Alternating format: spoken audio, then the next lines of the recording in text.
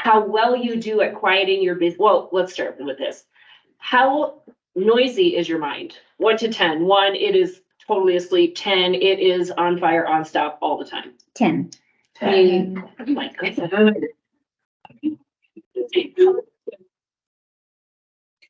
So I just want to be fully transparent because it's a little ironic to me, the industry that you're in.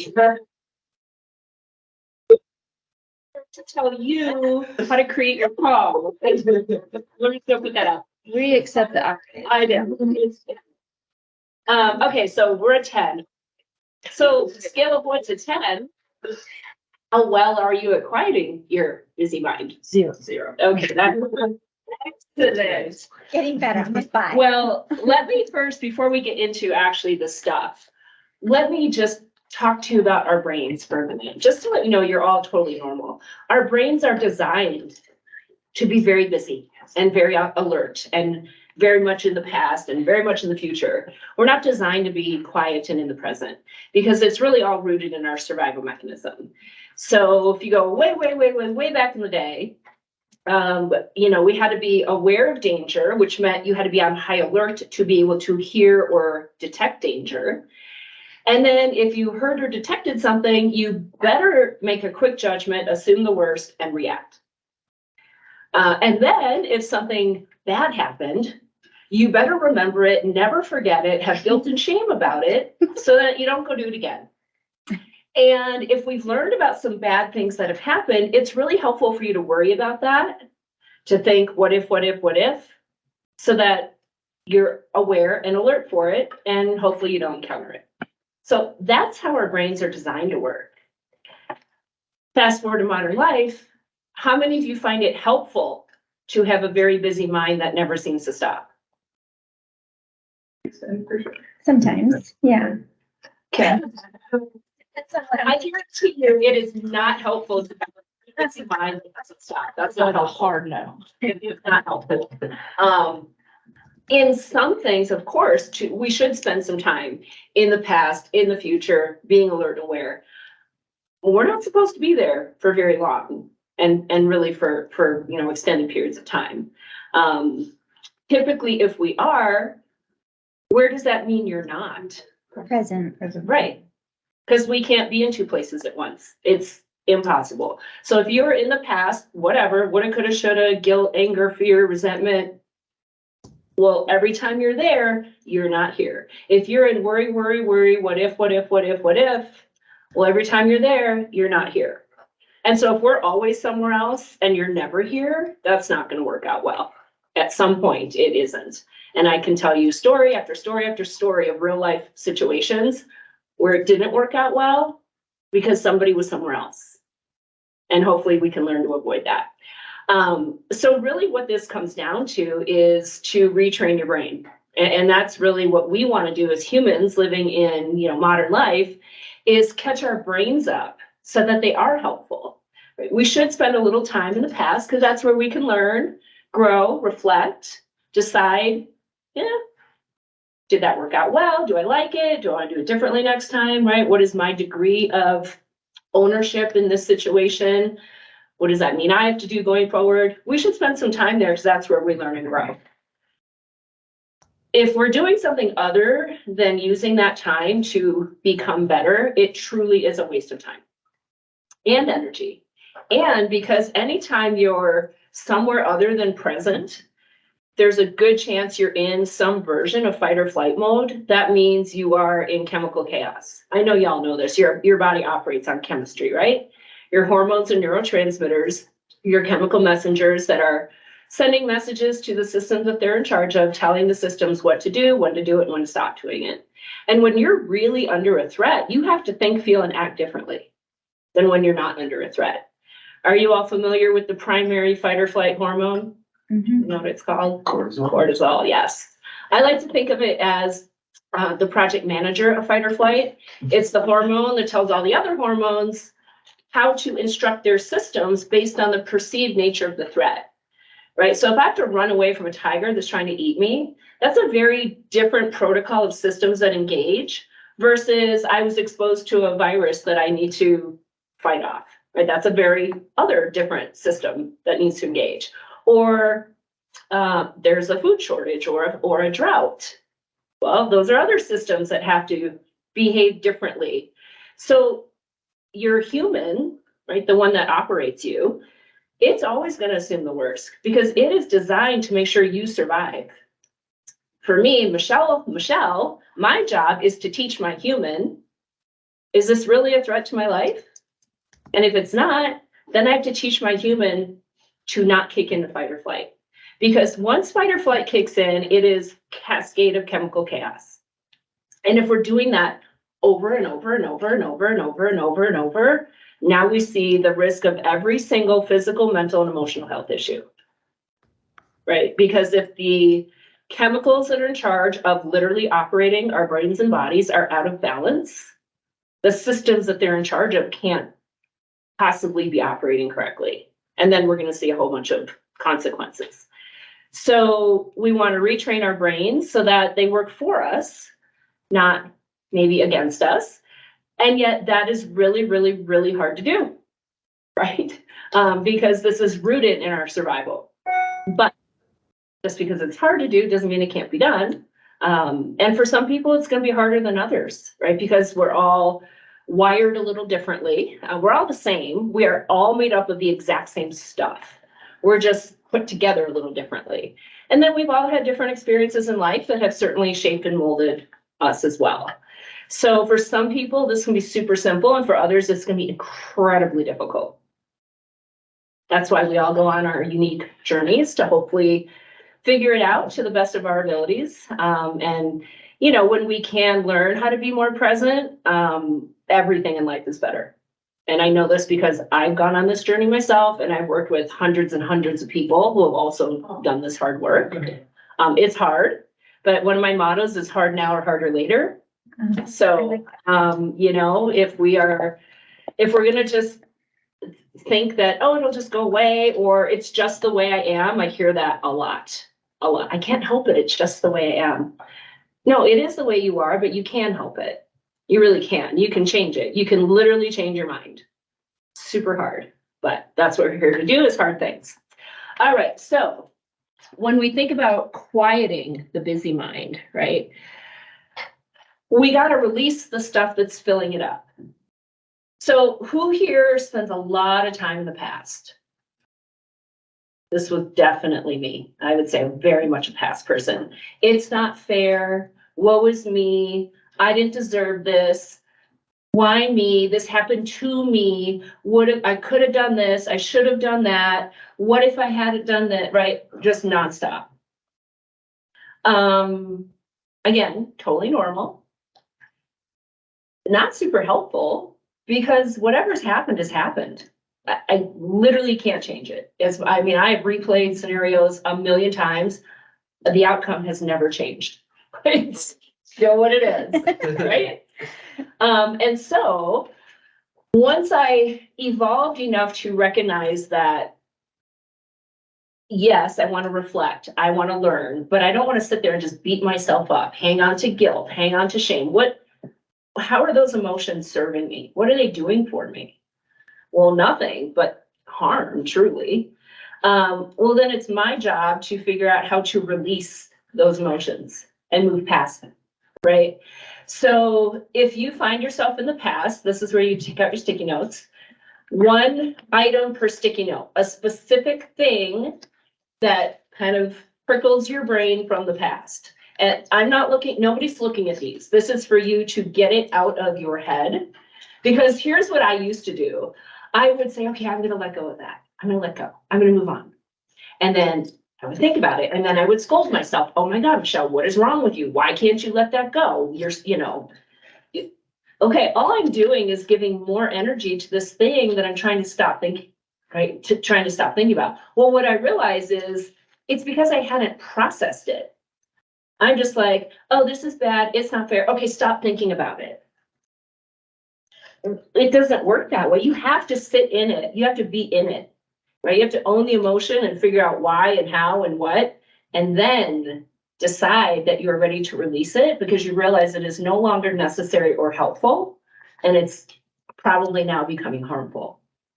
So specific things in your life that maybe are, you know, on the rewind or replay reel, write them down and then just kind of make a little pile of them. If you need some sticky notes, I think we have some extras if people. And try to put one per sticky note. One, that's why I gave you a stack. I want one item per sticky note. And we have more. Does anybody need some?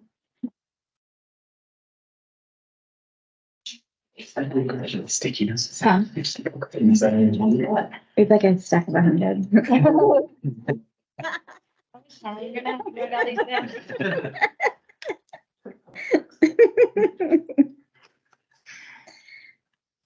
And those of you virtualed in, I hope you're doing this as well.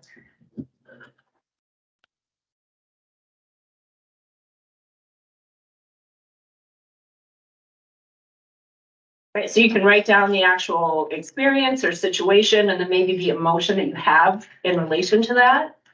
Maybe it's anger, it's guilt, it's shame, it's resentment, whatever.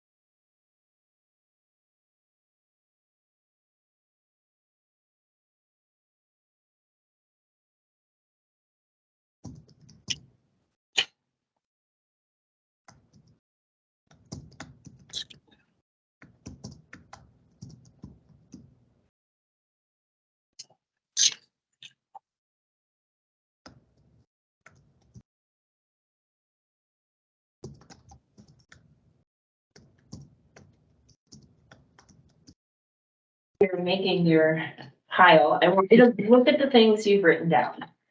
And you're gonna kind of separate into two piles. First one, you're gonna look and determine, is it helpful for you to hang on to this? If any of these things are helpful for you to hang on to, put them in a pile.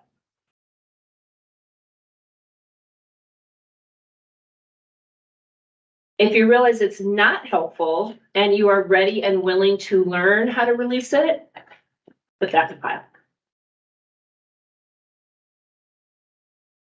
And anything that you know is not helpful, but you are not yet ready to learn how to release it, put that in a pile.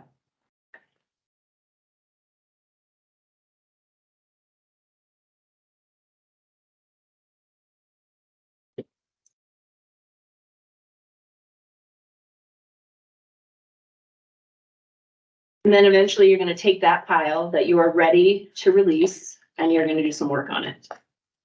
And it's going to require work. Some might be very simple, some might be really, really hard, but that's the unique journey that everyone gets to go on. So now we're going to do for people who are in the future. Anybody worry, what if? Who's a future, mind is in the future? Yes, lots of people. I personally don't live in the future. It's just, it isn't part of my nature. I'm like, oh gosh, you're so great. It just isn't. My sister lives in both places. So I know lots of hands went up both times. So that's totally normal. Some people, very easy to let go of stuff, but very much worry. So again, we're all a little connected a little differently. So same activity, your worries, what ifs, write them down, one per sticky note.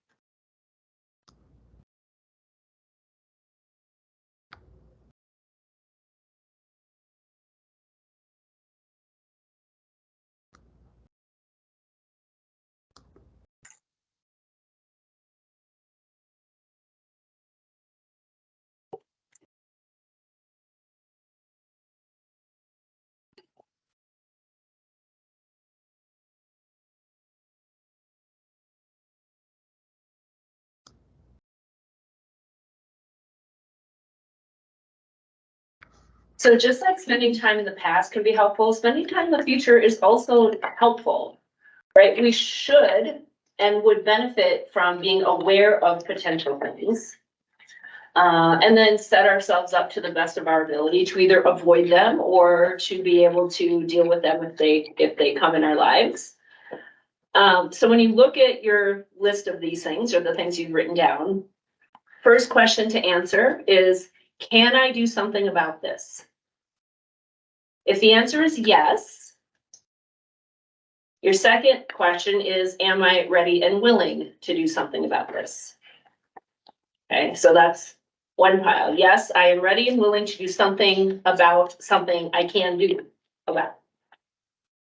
If the answer is no, I cannot do anything about this, that's another pile. If the answer is yes, I can, but I am not ready or willing, that's your third pile.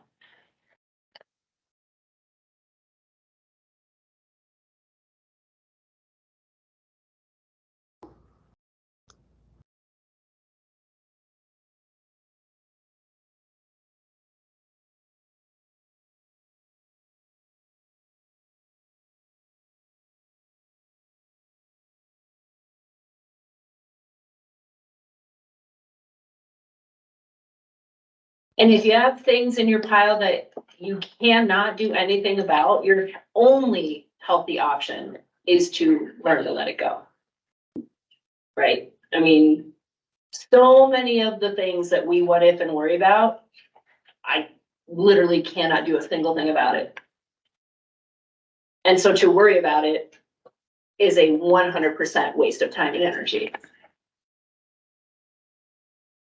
So you have some piles. Does everybody have nothing that they're ready or willing to work on? Nothing in that pile? Okay, good. So y'all have some homework after our session. How we go about learning to let go of these things, I mean, again, it could be as simple as acceptance or gratitude or going through long, hard therapy or a spiritual journey or, I mean, it could be anything, right? So how you go about learning to let go of these things is really, number one, depends on you, but number two, depends on what exactly it is, right? There might be some element of forgiveness, maybe forgiving yourself, maybe forgiving somebody else. A big one for my people in the future is to truly understand that you control nothing. You control nothing except for you. Right? I control what I think, feel, say, and do. That is it. You control what you think, feel, say, and do. That is it. You do not and never will control what anybody else thinks or feels or says or does. And you don't control outcomes. Ever. You control the things that contribute to an outcome, but you don't control an outcome. So embracing those concepts, which is very hard, is really what's going to help you move through this. And I don't know, I like to take this survey because I find that my people who are in the past and the future are usually at least have perfectionist tendencies. Anybody? Is that? I see some heads. Yeah. Oh, thank you. Nice pick. Yeah. Yep. And I know this because that's my sister and my dad. So mine did not get that trait. My mom and I were not perfectionists. These are totally fine with me. It always happened. My dad and my sister. So I'm 50, so I guess not the minute I came out of the womb, but I've spent many, many, many years watching the struggles of a perfectionist. And oh my goodness, what time and energy is wasted. Truly wasted.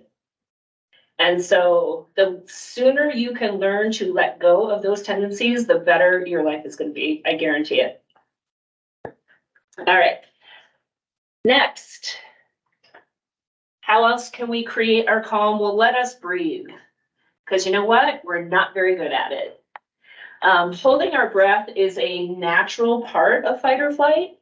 And if you just go back in the day, walking through the forest, I hear a noise in the bush, run. That's it. I heard it. I assume it's a tiger. I need to run. I don't really care what it is. I better run. Now, if it's not a tiger with some birds building a nest, who cares? I ran. Big deal. I'm alive. And so when I hear and I get scared and I hold my breath, what that does actually is prevents me from thinking. Holding your breath releases cortisol, prevents oxygen from getting to your brain when you kind of need it so you can think. I don't want to think. If I hear a noise in the bush and I'm like, hey, let me listen. Let me listen to that. What is that noise? Maybe it's some birds, maybe it's a squirrel, maybe it's the breeze. Oh, look at that, it's some birds building a nest. How sweet. Okay, fine. If I'm right, totally fine. If I'm wrong and it's a tiger, I'm eaten. So to be mindful and calm and peaceful and to listen and be contemplative led to my death. Did not help me in any way. If I'm wrong, and I ran and it wasn't a tiger, it doesn't matter. I'm still alive. That's all that mattered, right? Your human is designed to make sure you survive. Your job is to teach your human how to help you thrive. And so we have to relearn how to breathe because we've become so used to operating in fight or flight that we've deconditioned ourselves from breathing properly. So we're very shallow chest breathing at best, and a lot of times we're holding our breath. Most of your oxygen is absorbed in the lower third portion of your lungs. So if I'm shallow chest breathing, I'm not getting any oxygen really into my body and my brain. So number one, in the face of any trigger, whether it's literally coming your way, right? Something that gets you going, that activating event that sends you into fight or flight. How do you know you're in fight or flight? It's an emotion, a reaction, or a thought pattern that's tied to fight or flight. Anger, irritation, frustration, worry, fear, anxiety, what if, woulda, coulda, shoulda, guilt, shame. All of those emotions, reactions, and thought patterns are tied to our survival mechanism. So anytime you have it or you're in it, you're kicking out cortisol. It's normal. We're going to do that, okay? We need to minimize, right? That fight or flight is called your survival mechanism because it's designed to help you survive. How many of the things that you wrote on your lists are actual threats to your life? None. None. It's usually the answer. None. Which means not only is survival not necessary, the survival mechanism not necessary, it's not helpful, and it's only going to become harmful. Because once cortisol is released, it's now this cascade of, chemical chaos, literally, that alters how you think, how you feel, and how you act. And those things are usually not helpful when you're faced with whatever it is that you've written down, right? So in the face of any trigger, whether it's literally one coming your way, or you recognize you're somewhere in the past or the future, as soon as you become aware of that, just take a deep breath. Who's ever said that to somebody? Take a deep breath. Yes. Has anyone ever said to you? Take a deep breath? Of Yeah. course. Mhm. How often do you do it on your own naturally when you recognize yeah, you've taught yourself, yes? Not to the level that he needs today, but Yeah. over When did you start really embracing that? Mhm. Yeah. And it's helpful, right? Yeah. Breathing's amazing. Oxygen. I mean, kind of cool, right? I don't know why we don't want it. So number one, breathe. Like in the face of any trigger, teach yourself. It's not automatic. Back in the day before COVID and we did a lot of on-site stuff, I drove all the time. And I would get very irritated at red lights, waiting for a train, slow people who won't get out of my way because I got places to go. So I get all like, I'm gonna go and do like, oh, this red light, oh, good, this light, a train, of course, a train, stupid train. How long is this train, right? You know what's that doing? Kicking out cortisol in me. That's it. It's not making the stupid driver go faster. It's not making the red light turn green. It's not making the train go away. It is only affecting me negatively. Not helpful at all. Zero help, none, lots of harm. So I decided, I'm a very intelligent person, like, okay, why don't I take this opportunity when there's slow people, when there's a red light, when there's a train, to just breathe. So I put these Post-it notes in my car that said, breathe at red lights, breathe at trains, breathe at stupid drivers, just breathe. So anytime one of those came into my world, it's very intentional. I just made sure that I was doing lots of deep breathing. Now, none of that made the stupid driver not be a stupid driver, made the red light turn green, made the train go away. But what it did was make me not kick into fight or flight. And all of that benefited me in the future. Because anytime you avoid fight or flight, you avoid all the chaos that comes after it. So if you do nothing else after today, if you're not ready to do some of this hard work of releasing, I know everybody can breathe. I know you can. And you can become very intentional about it. You just have to, number one, have awareness. And number two, decide that you're going to do it. And then number three, do it. And then maybe we have a breathing practice where we recondition, relearn, so that it just becomes more normal day to day that we're breathing. Because sometimes you're walking around, you're not in fight or flight in your mind, but your human is. And you might find that you've been holding your breath. You ever find out, like, do things and you're like, oh my God, breathing. Yeah. Because so I keep saying you're human. Literally separate your unique named self from the human being that's in charge of you. Right? That it's just trying to operate to make sure you survive. It doesn't know the difference between a real threat and one that it thinks is a threat. It's always going to assume it's a threat because that's how you survive. That's why we, as the named individuals also operating the human, have to be aware. We have to get to know ourselves. We have to become very tuned in, mind and body, so we can feel the signs, see the signs, hear the signs, and then do something about the signs. And the more present you are, the more I'm going to recognize I'm not breathing, right? I guarantee you, when your mind is in the past or in the future, I can almost guarantee you are holding your breath. Check it. Every time I'm like, oh, I've been holding my breath, I go back to, what was I just thinking about? Oh, that. So double check that. There's a very good chance.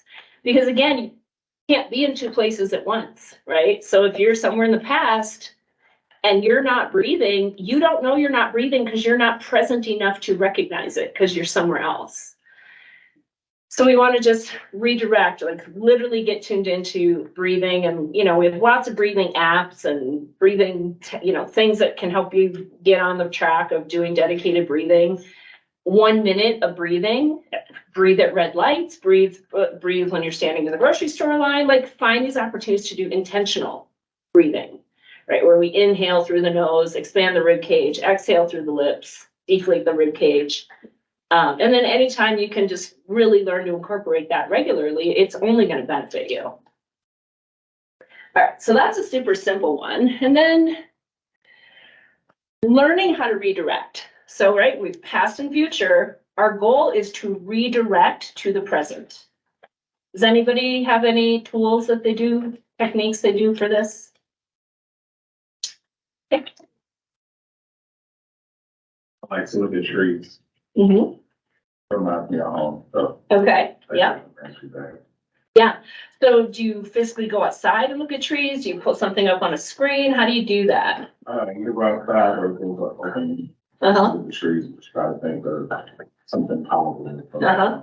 And, Yeah. Calm down a little bit. okay, I'll like close out all windows that I have open and working and like reorganize my to-do list for the day to just kind of like focus. give a reset. Yeah. Mm-hmm. Nice.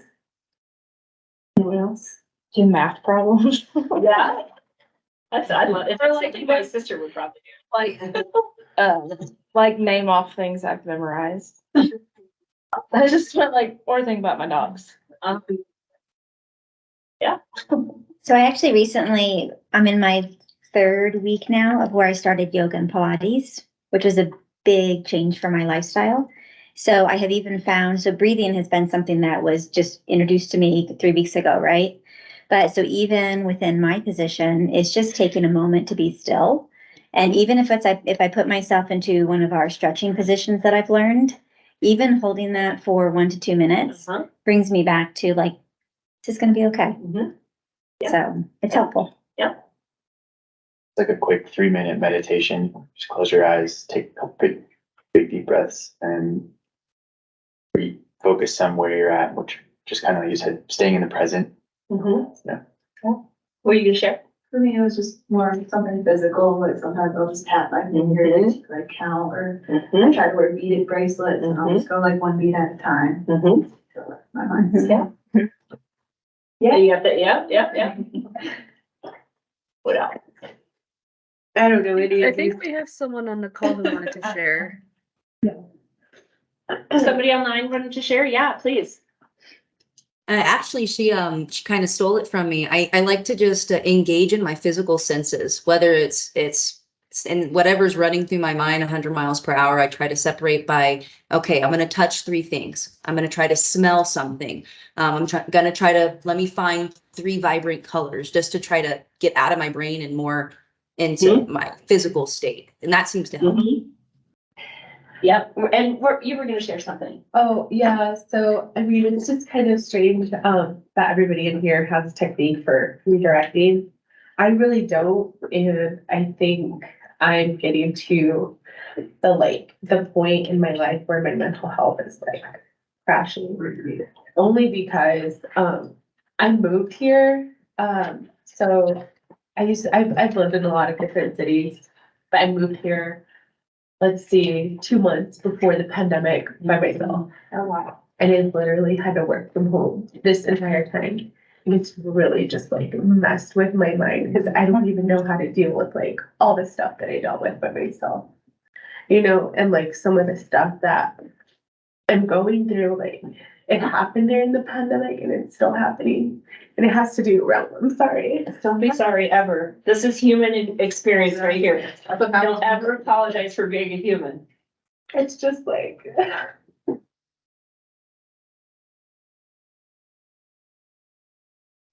Because you're human is in distress, that's why. It's okay. yeah, it's very like, I'm like at the point of, excuse me, where I feel like I need to see a therapist. Like really getting affected. And I don't know how to deal with any of this stuff. Nor should you. So I'm gonna come back to what we're talking about, but let's talk about this, right? Here's what humans were designed for, to live in groups. Right, we're pack animals. We're supposed to be part of a pack. We're supposed to be operating in a pack. The benefits of a pack: safety in numbers, people to support you, to teach you, to guide you, to nurture you, to celebrate you, to challenge you, to hold you accountable, to share responsibilities, to problem solve. That's why we are pack animals. We're supposed to do that. We're supposed to eat real food. So that's what we did back in the day. We're supposed to drink water because that's what we did. We're not supposed to put poison in our body. I know poison tastes delicious, but Your human does really not want poison in it. We're supposed to move our bodies all day. All day, we're supposed to move our bodies. We're supposed to sleep. Back then, we were on a day-night schedule. We did all of this stuff during the day. At night, scary things that wanted to eat us came out. So we hid, and we got very quiet. And the brain released all the chemicals that said you're sleepy, and there was no reason to ignore it, so you went to sleep. We're supposed to have purpose and value. Because we're perfect. We had very clearly defined goals. We had expectations. We contributed, which made us feel good. We had a sense of belonging and contribution and accomplishment. That's what a human needs. And we had minimal fight or flight. Minimal. They were real, but they were not all day, every day, nonstop, over and over and over and over and over and over and over and over and over and over and over. Who does this? Who's got a really great support network? Yeah. Okay. Who's eating real food? Trying. Who's not putting poison in their body? Depends what poison is. Adequately hydrated. Trying. Who's moving their body all day? I'll say it. Yes. 7 to 9 hours of sleep. More than enough. Oh, definitely. Yeah, 4 to 5. Who feels like they have purpose and value, contribution, and accomplishment? I do. Okay. And who is in minimal fight or flight? If you recognize your brain as a 10, no. Yeah.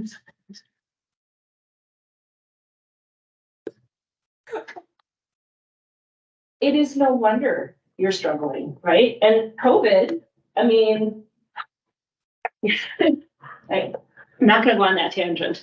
A lot of us knew what the outcome of that was gonna be. You take a human out of what it is naturally supposed to do, you isolate it. What did a lot of people do? Oh, Didn't eat real food. not real food, it's poison. Yeah. A lot of people didn't move their bodies, they sat down and watched Netflix, right? You don't feel like you have purpose and value anymore. A lot of people were not allowed to work, right? And if you did work, well, if you're separated, it's weird, right? What are you sleeping? Everybody's on their devices, right? Snow day for 3 years, snow day. And that meant you were in constant fight or flight. It is not a shock to a lot of us, the dramatic spike in substance abuse, domestic abuse, mental health issues, suicide, depression, anxiety. Of course there is. Yes. And yet here we are. So I reach out to Minds. That's what your EAP resources are for, right? And yes, please. And a lot of people, have this idea that they should be able to do it alone. No, you shouldn't. You're a human. You're not supposed to do life alone. You're not. Now, it doesn't mean you can't do it alone, right? I'm a big, strong girl, like physically, mentally, emotionally, very strong. I've been going through some stuff that's like, really, life, really? And I can't do it all alone. I truly can. I really am fine. Am I awesome? No. Am I fine? I am. Is it nice when somebody wants to help me? It is, and I accept it. I don't need it, but boy, is it nicer. And so even the strong people, right? It's okay. Not only is it okay, you should do it, because you know what that does? Somebody wants to support you. That gives them purpose and value. That makes them feel like a contributing member of the pack, right? And so sometimes the strong ones are like, no, I don't know. Just let them help you. Gives them, that feeling that they're supporting. And it actually is a lot nicer to not have to do really yucky things alone. Some people really can't do it alone, right? We're getting to that point where I can't function. Well, then you shouldn't do it alone. So hopefully we allow for that support, and sometimes we are the ones that have to reach out for it, right? Hopefully we embrace that, where just like I would go to the doctor, physical doctor, if I'm not feeling good, right? Or maybe I do preventive, where I go to the doctor and make sure everything's good so that I don't have an issue later to deal with. The same is with your mental health. Right? Let's do these things preventively if we can. Obviously, there's a ton of support if and when it gets to that point that we need some professional guidance and support. So as far as the redirecting, right, using your senses, that's really what it's about. Because you, like I said, you can't be in two places at once. So if I'm physically looking at trees, well, I can't physically look at trees and be somewhere else. Right? If I'm physically touching something and I can feel it, well, I must be present, right? Maybe there's scent, right? I can smell something, works on the limbic system of my brain, which is my calming. If I can smell it, well, I'm present because I can't smell things in the past. So anytime you can incorporate your senses as a way to redirect, one of the things that really helped me, because I would be in the, woulda, coulda, shoulda, let go, ooh, how naughty, you can't stop thinking of that. A phrase or a mantra that is like brings me back to the present. So you're maybe a specific go-to, right? Like kind of like with your math problems. It gives your brain something to do physically that has nothing to do with the other things that you're trying to not think about. And yet it's still important to recognize these things that I'm trying to not think about. Have I processed the emotions? Because we have to own our emotions or they will own you later. There's no doubt about that. So just to move on, when you really haven't moved on, it's going to come up eventually. So that's why you have to be ready and willing to maybe go into some yucky stuff in the past, dig through it, root it up, figure it out, do whatever, heal, forgive, accept, whatever, so that we can actually truly move on. Same with the future, right? The worry, what if, let's play the game. What if, okay, what if? Let's do it. I have an answer for everything. Just ask my parents. And so often, like I said, the things we what if either don't ever happen or there's nothing I can do about it. I mean, this is just one very tiny example. So it's been 10 years now, but there was a time when my sister and I had talked about going to London. Let's go to London, let's go to London, let's go to London. Great, we're gonna go to London. When are we going to London? I don't know, sister, because she's perfect, right? So it's gotta be the perfect time. And well, this time isn't perfect, and that time's not perfect, and this isn't perfect. Well, then we're never going to go. And there's always a reason to not go. With my business, I have to block out. Otherwise, I book work. And once I book work, I'm not like, oh, sorry, guys, I'm going to London instead. I don't do that. That's how I earn a living. So I'm like, look, we either need to book this or stop talking about it. Okay, great. So we picked this week over 4th of July. This is like 2013. Okay, great. Booked it. Awesome. She's coming from Michigan. I'm coming from Denver. We're rendezvousing Chicago. Boom. This is when like Airbnb, Vrbo was still kind of new. So I booked something on like Home and Away or one of those things, right? This great little flat here, there. Okay, great. So immediately, well, what if this is a scam? What if we get there and because there were lots of scams. Oh God, that suck. But I guess we'll go get a hotel, right? Well, what if, your flight is late or my flight is late? We can't, fly together. Nicole, we are both world travelers. I think it's fine. We're going to London. They speak English. We'll be fine. What if all these things we want to do, and the rain and the this and the that? It's London. We bring umbrellas. It's going to be fine. She was for months. We booked this trip in like March. So from March until July, she what if everything. Guess what happened? Oh, it was the most amazing trip ever. It did not get canceled or delayed. We got upgraded to first class the whole way. Not only was the flat not scam, it was more amazing that it even looked like it was online. You know how much rain we got? 0. Warmest, most beautiful weather they'd had in decades. Literally the 100% opposite of all the things she was worried about. You know what she doesn't get back? All the time and energy she spent with me. Yeah. So, I mean, that's one little thing, right? It's just about everything. Now, the big game changer for her was when she found her car in a tree with her in it.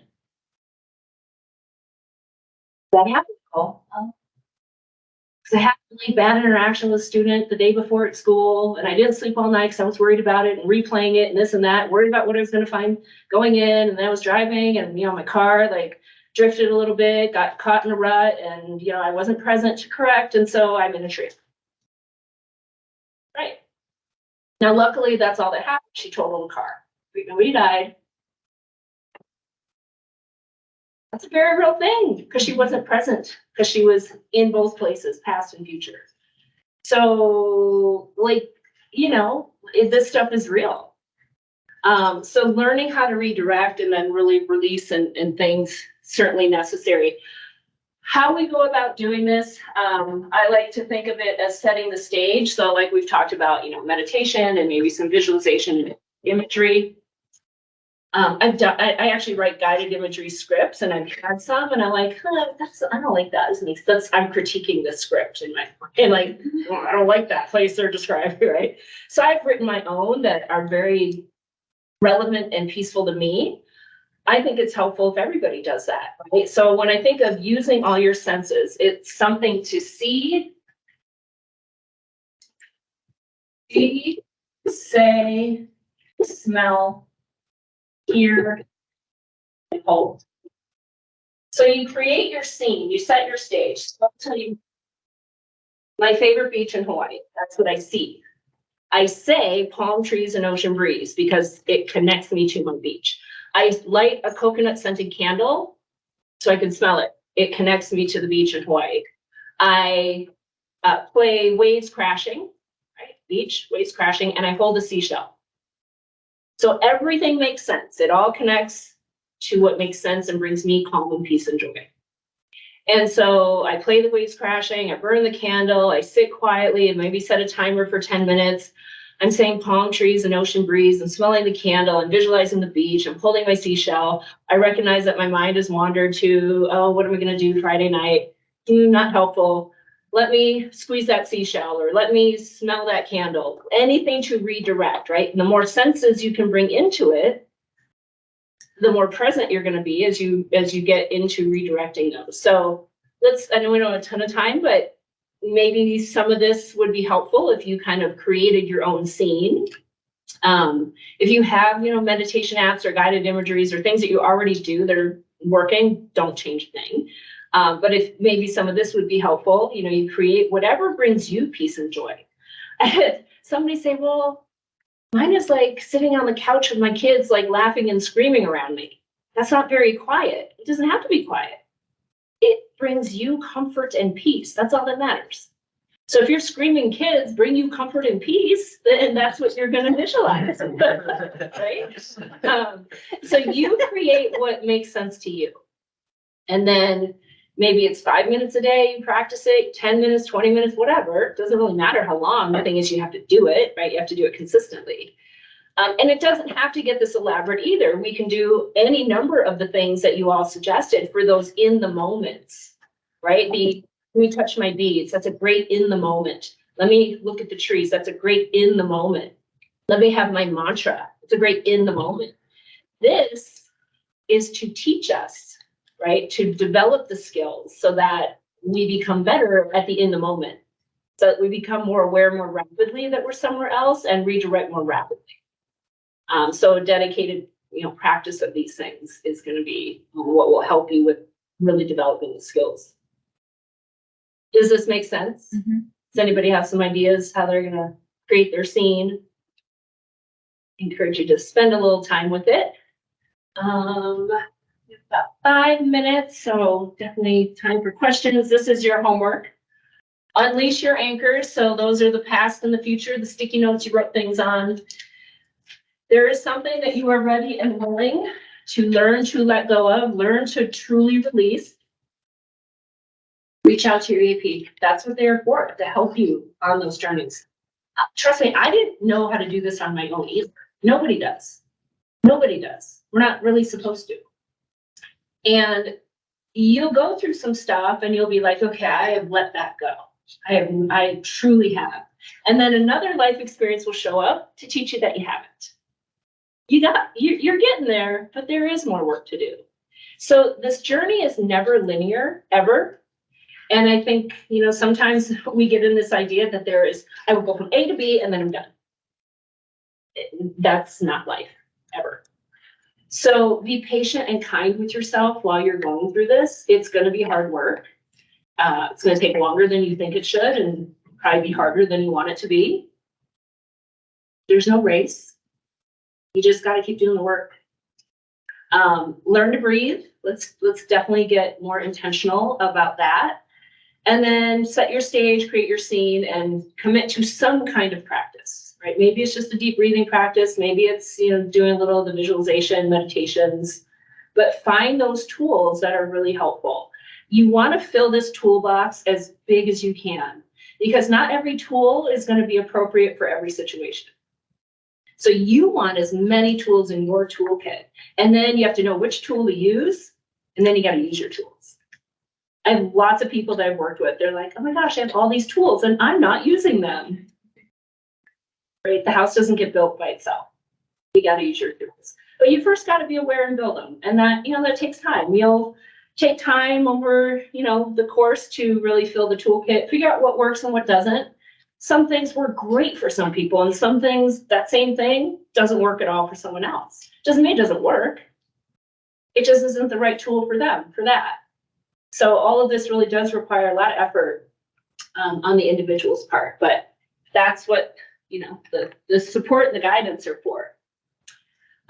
My final thought, I've heard a lot, like I need to just literally quiet my mind. That's why I titled it there. You don't want to, number one, not possible, and not possible. Okay. You want to learn how to bring calm and peace. Okay. A quiet mind. Okay. we don't want that. We want to have peace and content, right? And joy. And not everything is joyful. Okay. And I think that's important to recognize as well. I can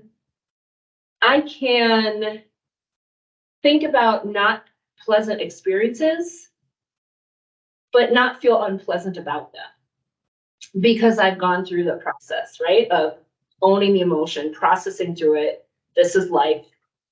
This happens to everyone, all things, right? It's just happening now, whatever it is. And then I choose to find the positive in it, to focus on the positive. And it is a choice to focus on the positive. Negativity is normal. That's rooted in our survival. It is hard work and choice to focus on the positive. It doesn't mean I'm dismissing the negative. That's false. I'm not going to lie. I'm not going to say everything's great when it's not. I will be honest. And then I'll decide, okay, yeah, not helpful. I'm ready to move on from the emotion. So I'm sure you're all familiar with the phrase toxic positivity, right? Everything's great. Don't lie. Your human knows when you're lying, okay? So let's just be honest about our emotions, but then also recognize, is this helpful? Is it necessary? And clearly those emotions are helpful and or necessary at a point in time, or we wouldn't have them. And then at some point in time, they are no longer helpful or necessary, and now they're just holding me back or becoming harmful. And that's where the awareness and then the willingness to do the hard work comes in. So, he looks pretty peaceful and calm in the midst of that storm, just hanging on with his umbrella. He doesn't seem stressed at all. He's probably got a lot of tools that he's working with, right? And that's really what it is, because life is a series of challenges. It's what it is. Been around for 50 years. That's what it is. What we do in the face of those challenges determines our each individual outcome. And we have a great deal of control over what we each do in the face of our challenges. Questions, comments, thoughts, ideas? I have just little bookmark reminders of hopefully how we think we should treat things. So I'll leave a stack here if anyone's virtualed in with like this level. So Michelle, where do you begin to unleash your anchors? Well, you begin with the sticky note list that you just made.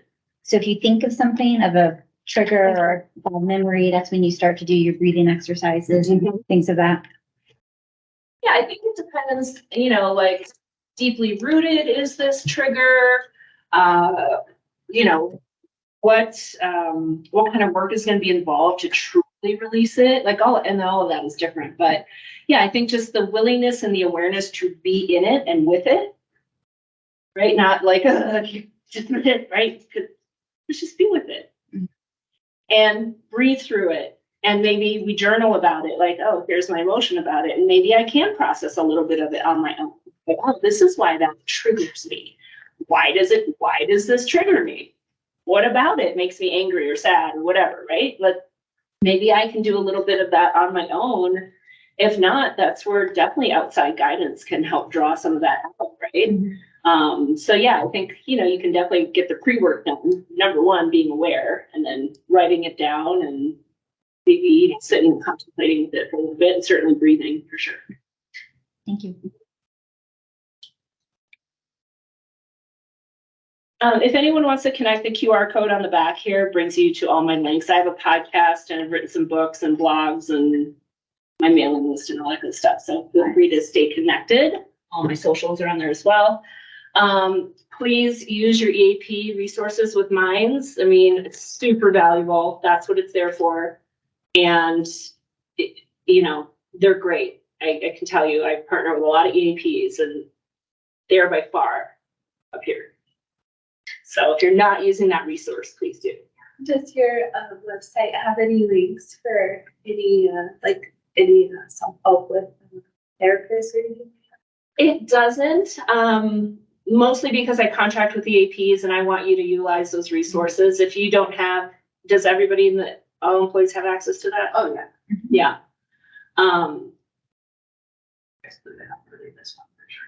Yeah. I have on my podcast, I've had a number of really great, they're not, you know, not everybody's a great therapist is a very loose word. I have a lot of trauma-informed healers, a lot of spiritual guides. I have a lot who do various types of healing journeys, which really is what a therapist is. It's going on a healing journey.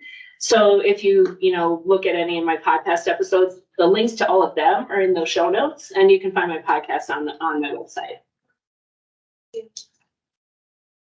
This was awesome, Michelle. Thank you. It's a pleasure to be here. Yeah. Hopefully I'll get to see y'all again sometime. Absolutely. Thank you all. Thank you. Have a great rest of your day. You too.